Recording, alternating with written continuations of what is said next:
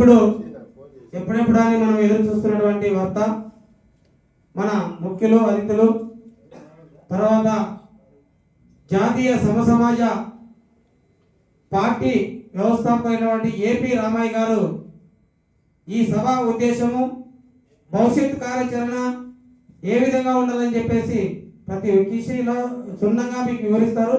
చాలా శ్రద్ధగా వినాలని చెప్పేసి నా మనవి.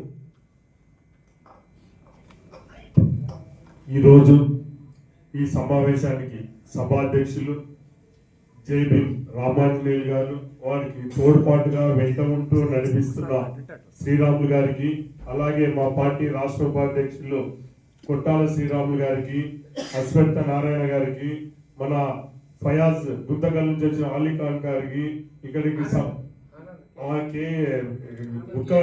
రాయ సముద్రము ఆనంద్ గారికి, మిగతా పేర్లు తెలియవు, పేరు పేరున ఇప్పుడు కళాకారులకు అందరికీ హృదయపూర్వక నమస్కారములు.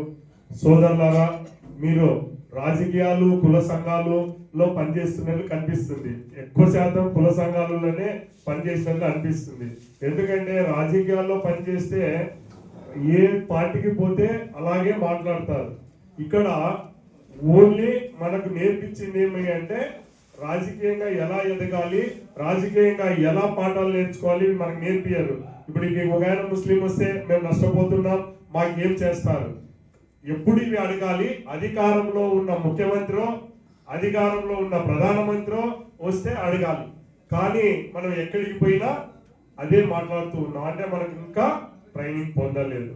అలాగే దళిత సంఘాలలో కానీ బీసీ సంఘాలలో కానీ పని చేస్తున్నామంటే ఏదో ఆవేశం వచ్చి అక్కడ మన నాయకుడు కుల నాయకుడు పదవి ఇవ్వకపోతే వచ్చి జెండాలు పెట్టి మన పార్టీలో పదవులు సంఘాలు ఏర్పాటు చేసుకొని తిరగడం మొదలు పెట్టాం.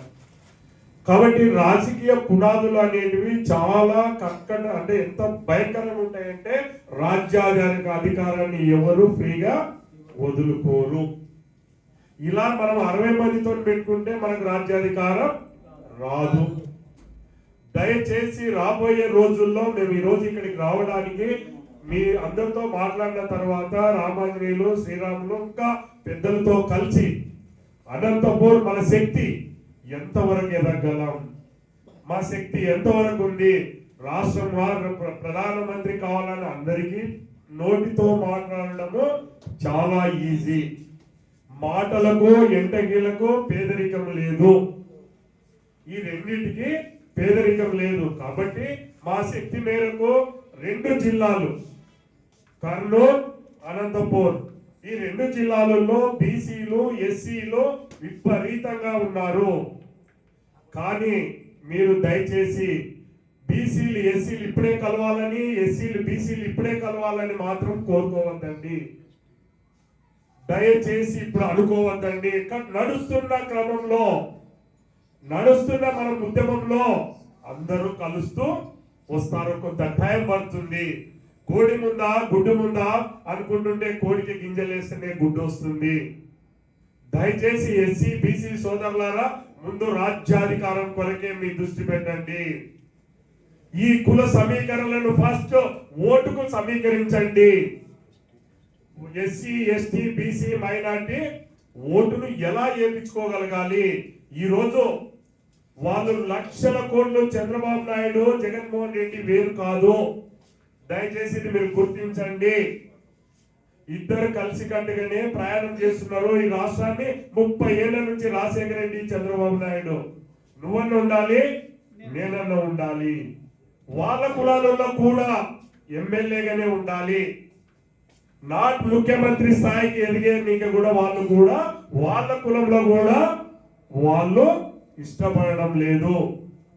దయచేసి ఇంత కరుడు కట్టి ఇన్ని లక్షల కోట్లు సొంతంలో ఇంట్లో బంధువులనే చంపుకుంటున్నారు రాజకీయానికంటే దీన్ని చంపడం ఒక పెద్ద లెక్కనా? ఒక తొలి ఆలోచించండి.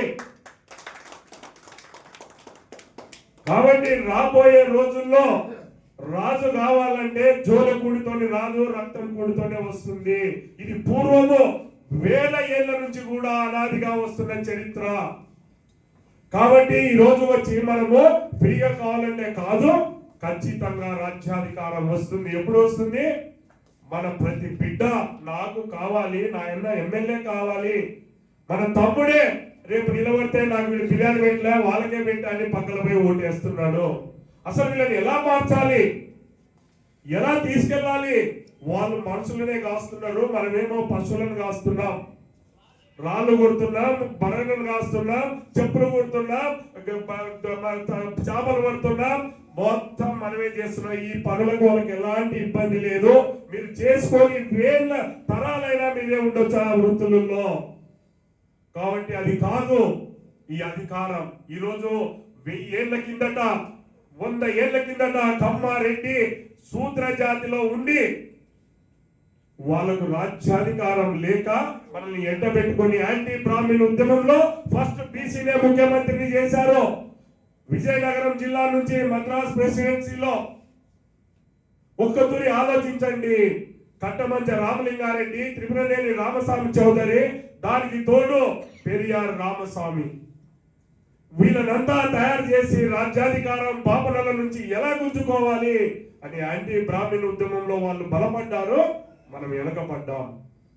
ఈ రోజు ఆంధ్రం చీలిపోతే అక్కడ బుర్ల రామకృష్ణరావు బ్రాహ్మణో, ఇక్కడ ప్రకాశం పంతులు బ్రాహ్మణో, నీలం సంజీవ్ రెడ్డిని కూడా చేయలేదు. అంటే వాళ్ళు కూడా బ్రాహ్మిన్స్ ఉన్న 1%, 2% కాదు.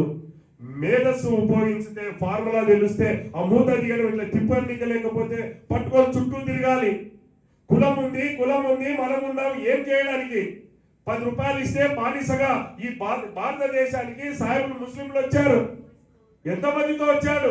1000 మందితో వచ్చి దేశాన్ని కబ్జా చేశాడు. నార్త్ అంత మేధావులు ఇంకా మన రాష్ట్రానికి రాలేదు. సౌత్ కు ఎంతమందితో వచ్చాడు? బ్రిటిష్ వాడు వచ్చాడు, వాడు వచ్చి కబ్జా చేశాడు. అంటే ఈ జాతులు వీళ్ళు ఎంత బానిసగా ఉన్నారో ఒక్కసారి ఆలోచించండి. బ్రాహ్మిన్స్ మనకంటే మేధావులు కాదు, వాళ్ళే ఫస్ట్ బానిసగా మారేది. వాడు ఎక్కడ సుఖం ఉంటే వాళ్ళు ఎమ్మడి ఉంటాడు. మనమా ఎప్పుడు ఎదురు తిరుగుతూ కష్టాలు పడుతూ ఇలాగే బతుకుతున్నాం. కాబట్టి ఈ చరిత్రలో, రాబోయే చరిత్రలో ఈ రోజు మీరు యూపీని చూశారు, కాంచీరాం పేరు చెప్తున్నారు, ములాయం సింగ్ యాదవ్ పేరు చెప్తున్నారు. మళ్ళీ వచ్చి వాళ్ళు కూర్చోగలిగారు. జస్ట్ పట్టుమని 20 ఏళ్ళు కూడా మన చేతిలో లేకుండా యాదవ్ని, ముస్లింలని భయంకరమైన రాక్షసులుగా చూపించి ఈరోజు లాక్కున్నారు. మాయావతిని ఫుట్బాల్ మాదిరి ఆడుకొని దొబ్బేశారు. రేపు మన గతి కూడా గ్రామాలలో కింద మీద పడి ఒకడు గెలిస్తే ఖచ్చితంగా 2వ టర్ముకు పనికి రాకుండా చేస్తున్నాం, మనమే చేస్తున్నాం. ఎందుకంటే వారికి అన్నలో చిన్నాయిలో వాళ్ళు కూడా బీదోళ్ళే ఉంటారు. వచ్చిన స్కీములు అతను వాడుకుంటారు. ఒరే వాడు ఇప్పుడు వాడుకొని నేను మనం అనుకోం, అన్న వానికి ఇచ్చా నాకు ఇలా రెడ్డిగానే మేలు మాకు ఇస్తుండే వెళ్ళిపోతాం. కాబట్టి ఇది భయంకరమైన యుద్ధం, అంత ఈజీ యుద్ధం కాదు. కుల సంఘాలలో అంబేద్కర్ దండేసో, బీసీ సంఘాల్లో పూలేకి దండేసో చేయనంత స్థితి కాదు. మన తమ్ముడు మనతోనే రాముడే ఈరోజు ఎవరిని రావని విభీషణ్ని పట్టుకొని చంపగలిగాడు. ఆ రోజు ఉంది, ఆ రోజు లేదు, ఈ రోజు ఉంది. ఏదో ఒక స్లోగన్ తీసుకొస్తున్నారు. ఈరోజు బీజేపీకి ఫ్రీగా రాలేదు. 1925లో ఆర్ఎస్ఎస్ పెట్టుకుంటే ఈరోజు వాళ్ళకి రాజ్యం వచ్చింది. మనం కూడా ఆర్నిషలు పనిచేసి చావడానికి రెడీ అయిపోయి మన జాతికి రావాలి అని ఎప్పుడైతే త్యాగం చేస్తామో, పొరపాటులో మనం అందరం ఒక్కడే తిరగబడితే 1 గంట 1 రోజు చాలు. ఢిల్లీ మీద ప్రధానమంత్రి కూడా కూర్చోవచ్చు, ఒకటే రోజు చాలు. మనం ఎక్కడ ఆలోచిస్తాం? ఇక్కడ వింటనే నా కులస్తుడు స్టేజ్ మీద లేడు, నాకు పిలవలేదు, నాకు అన్నం దొరకలేదు, ఏం మీటింగ్ ఇదని ఇమ్మీడియట్లీ మనము విరక్తి చెంది మోడీ కూడా రాకుండా చేస్తున్నాం. ఇలాంటి కష్టమైన పరిస్థితులలో మేము 30 ఏళ్ల నుంచి లాగుతూ ఈ రోజుకు వదలలేదు. నేను చాలా దగ్గరగా టీడీపీలో తిరిగి చూశాను. నా జీవితం అంతా ఎస్సీ ఎస్టీపీ, నేను బోర్జువాగానే వచ్చాను. నాకు తెలుసు రాజకీయాలు ఎలా క్రూరంగా ఉంటావో, ఎలా తొక్కుతారో, ఎలా విడదీస్తారో మాకు తెలుసు. కాబట్టి నేను పార్టీలో 2009 కంటే ముందే బయటకు వచ్చాను. 9లో నేను జెండాలు మోయడానికి లేను. మీ జెండా కాదు, మా జెండాలు మోసే రోజు, మా వాళ్ళు చైతన్యమైన రోజు నేను అసెంబ్లీకి వెళ్తాను. మీరు ఓటేసిన రోజు, ఆ పార్టీ కాకుండా బీసీ బిడ్డగా నా ఓటు నిలబడ్డాడు, నాకు వేసిన రోజు నేను అసెంబ్లీకి పంపండి. అప్పుడు మీకు నేను న్యాయం చేయగలుగుతాను తప్ప ఆ పార్టీలో నేను ఎమ్మెల్యే అయినా మీకు ఏం వర్గపెట్టేది లేదు. నేను ఒక పూజారిని ఆడ. కాబట్టి ఇప్పుడున్న మన వాళ్ళను కూడా నేను ఒక్క పల్లెత్తు మాట కూడా అనొద్దండి. ఎందుకంటే తట్టుకోలేని కోరికలు తట్టుకోలేని వాళ్ళు బానిసగా తయారై వాళ్ళు ఎమ్మడి తిరుగుతూ ఉన్నారు. మనం ఇవ్వకపోతే వాళ్ళు ఇస్తున్నారు. కాబట్టి దయచేసి సోదరులారా, రాబోయే రోజుల్లో ఈ రోజు మీరు గమనించారో లేదో, బ్రాహ్మణుని తిట్టొద్దు, కమ్మని తిట్టొద్దు, రెడ్డిని తిట్టొద్దు, ఎవరిని తిట్టొద్దు. నీ కులస్తుని నీవు చైతన్యం చేయి, ఎవరిని తిట్టొద్దు. అవసరం లేదు. మనల్ని తిడుతున్నారా, మనం ఎవరిని అనొద్దు. అని అనెన్నోరే నష్టపోతుంది. ఈ వ్యవస్థను ఎలా దోచుకోవాలి అంటే, ఓటు ఇచ్చాడు అంబేద్కర్, అందరికి ఇచ్చాడు. ప్రధానమంత్రి, రాష్ట్రపతి ఓటు విలువ ఎంతనో సేమ్ ఇక్కడ కూర్చున్న విలువ కూడా అంతే. కాబట్టి నీకు సామ్రాజ్యాన్ని నీకు నిర్మాణం చేసుకోగలిగితే ప్రధానమంత్రి కూడా అయి కూర్చోవచ్చు. వచ్చినప్పుడు నువ్వు సంస్కరణలు తీసుకురా, ఈ కులాలను వ్యత్యాసాలను తీసేయి.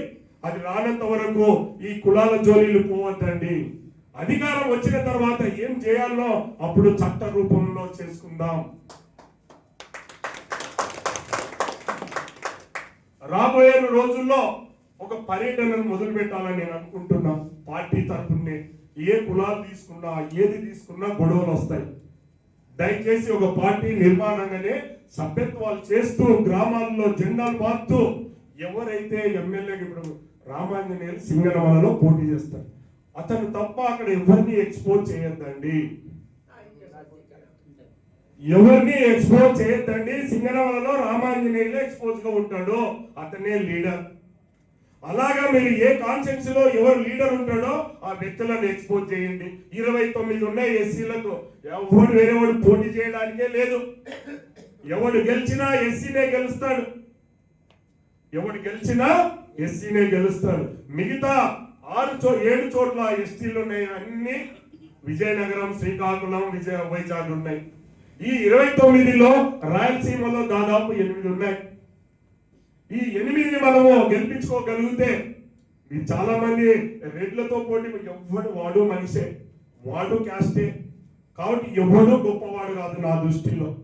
ఎవరి దగ్గర అధికారం, ఎవరి దగ్గర డబ్బు, ఎవరి దగ్గర తెలివి ఉన్నోడే గొప్పవాడు, నాట్ క్యాస్ట్. అది వృత్తిపరంగా నిర్మాణమైంది. మనం ఏ వృత్తి చేస్తే ఆ వృత్తి వచ్చింది. ఈరోజు బ్రాహ్మిన్స్ మనల్ని వ్యతిరేకంగా ఉంటే కంప్లీట్ ముస్లింలో కన్వర్ట్ అయ్యారు. ఈరోజు ఎస్సీలు మీ కన్నేరుగానే క్రిస్టియన్లు అవుతున్నారు. ఈరోజు ఈ హిందూ దేశంలో ముస్లింస్ ఎందుకు కన్వర్ట్ అయ్యారు?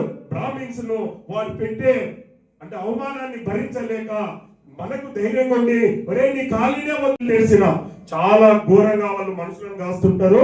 మీరు దయచేసి అంత ఈజీగా మీరు ఉరుకులాడొద్దండి. ముందు పోయి గ్రామాలలో కూర్చోండి, టౌన్లలో కూర్చోండి, వార్డులో కూర్చోండి, మన జాతిని చైతన్యం చేయండి. వారు 1,00,000 రూపాయలు ఇచ్చినా ఓటు పక్కకు పోని రోజే రాజ్యాధికారం మన చేతిలో ఉంటుంది. ఇది రావాలి అంటే మీటింగులు జరగాలి, కంప్లీట్ గా ట్రైనింగ్ ప్రోగ్రాములు జరగాలి. లీడర్లకు కులం అనేది మైండ్ల నుండి దయచేసి తీసేయండి. ఈ కులం వల్ల చాలా నష్టపోతున్నాం మనం కూడా. మనోడు ఉన్నాడంటేనే ఆ మీటింగ్ పోతాం, మంచి మాటలు కూడా విన్నాం. మనోడు తప్పుడు చెప్పినా వింటున్నాం. మనోడు తప్పుడు చెప్పినా వినొద్దండి. రాబోయే రోజుల్లో మనోడి దగ్గర ఎంత జ్ఞానం ఉంది. ఇప్పుడు ఇక్కడ నుంచి విన్న మాటలే వచ్చి చెప్తున్నారు. సైంటిస్ట్ వేరు, సైంటిస్ట్ కింద అసిస్టెంట్ వేరు. వాడు కొన్ని మర్చిపోతే అవి కూడా గొప్పపడుతుంది. కాబట్టి రాజ్యాంగం ఓన్లీ రాజ్యాంగం రాసింది అందరి కొరకు, మన ఒక్కరి కొరకు కాదు. ఈరోజు అంబేద్కర్ రాసిన, ఈరోజు ప్రధానమంత్రి నరసింహరావు చేసిన, మోడీ చేసిన, మన ఓన్లీ ఒక కులానికే మనం అంకితం చేసుకుంటున్నాం. ఈరోజు అంబేద్కర్ అయితే ఈరోజు రాజ్యాంగం అందరికీ చైర్మన్ గా పెట్టారు. మనం అందరిలో కలిసిపోదాం, విడిపోవద్దు. మనమంతా మానవులం. కాబట్టి రాజ్యాధికారం 2 కుటుంబాలది కాదు, 2 కులాలది కాదు, ఇది అందరిది. నేను కూడా వచ్చాను యాదవ్ని, ఈయన కూడా వచ్చాను మాలన్నది కాదు. దయచేసి ఆ ఆలోచనలు తీసేసి సభలతో మా పార్టీ పేరే నా ఎమ్మడి కత్తి ధనరాజ్ అని బిఎస్పీ పార్టీలో స్టేట్ ప్రెసిడెంట్ గా చేసి మా పార్టీ జనరల్ సెక్రటరీ కత్తి ధనరాజ్ అని, అంటే మాలా మాదిగా బోయా కురు మొత్తం ఆల్ క్యాస్ట్ లో మేము కలిసి ఉన్నాం. కాబట్టి రాబోయే రోజుల్లో రేపు అనంతపూర్ నుంచే మొదలు పెడదామా, కర్నూలు నుంచే మొదలు పెడదామా మేము చర్చించుకొని కాన్స్టిట్యున్సీ ఇన్ఛార్జీలు దొరికిన కాడ అన్ని చోట్ల పో, ఒక లీడర్ ఇన్ఛార్జి దొరికిన కాడ ఆ ఇన్ఛార్జి కాడ ప్రతి ఊరు మేము యాత్రకు వస్తాం. ఊరి బయట వరకు జీపులో ఆ నుంచి నడవాలని మా కరుణాకర్ అన్నాడు. మేమేమో మోటార్ యాత్ర అని నేను అనుకుంటున్నా. ప్రజలు ఏది మెజారిటీ డిసైడ్ చేస్తే ఒక ఓటింగ్ పెడతాం. ఎట్లా మా శ్రీరాముల దగ్గర యూట్యూబ్ కూడా ఉన్నట్లుంది. ఏది మెజారిటీ నిర్ణయిస్తే ప్రజల మెజారిటీ నిర్ణయం మేరకే మేము డెసిషన్ తీసుకుంటాం. ఎందుకంటే పాదయాత్ర రాష్ట్రంలో పెట్టాలి అంటే సంవత్సరం అక్కడ అంతా డబ్బులు లేవు, మన వాళ్ళు కూడా ఇచ్చే స్థాయిలో లేదు. కానీ ఇచ్చే స్థాయిలో పెద్ద ఒక్క రోజు మటన్ మానేస్తే చాలు, సంవత్సరంలో 1 కిలో మటన్, ఒక్క వారం మానేస్తే చాలు. కానీ మానేయం. కానీ మనకా నుంచి ఆ కిలోమీటర్ మటన్ ఎలా సంపాయాలని వస్తాడు ఇక్కడికి మన దగ్గరికి. అంటే మన వాడి నాలెడ్జి అలాగా తయారు చేసి పెట్టారు. కాబట్టి సోదరులారా, దయచేసి ఈరోజు వెళ్ళిపోతారని రామాంజనేయులు చెప్పాడు. ఉన్న వాళ్ళే మన వాళ్ళు, వాళ్ళు వెళ్ళిపోయే వాళ్ళు పని చేయరు, వాళ్ళకి చెప్పినా వేస్ట్. ఓన్లీ కలుద్దామనో చూద్దామనో రామాంజనేయులు పని చేసిండే బాధ తట్టుకోలేకనో ప్రేమతోనో వచ్చిన వాళ్ళే. అంటే ఇక్కడ పని చేద్దాం, ఇక్కడ నిలబడదాం అనే వాళ్ళు కాదు. కాబట్టి నేను కోరేది, మనం అందరం కలిసికట్టుగా రాజ్యం మన చేతిలో ఖచ్చితంగా రావాలి, తీసుకోవాలి. మన అందరి కోరిక, నా ఒక్కరి కోరిక కాదు ఇది. రామయ్యలో ఈ రోజు ఉంటాడు, రేపు ఉండకపోవచ్చు అధికారం, కానీ నా జాతి బిడ్డలకు నేను ఇచ్చి పోవాలి అనేది నా అంతిమ నిర్ణయం. ఖచ్చితంగా మనం అందరం కలిసి పనిచేస్తూ ఈ అవకాశం వచ్చిన అనంతపూర్ ప్రతి జిల్లా నుండి వచ్చిన అందరికీ హృదయపూర్వక నమస్కారాలు తెలియజేస్తూ సెలవు తీసుకుంటున్నాం.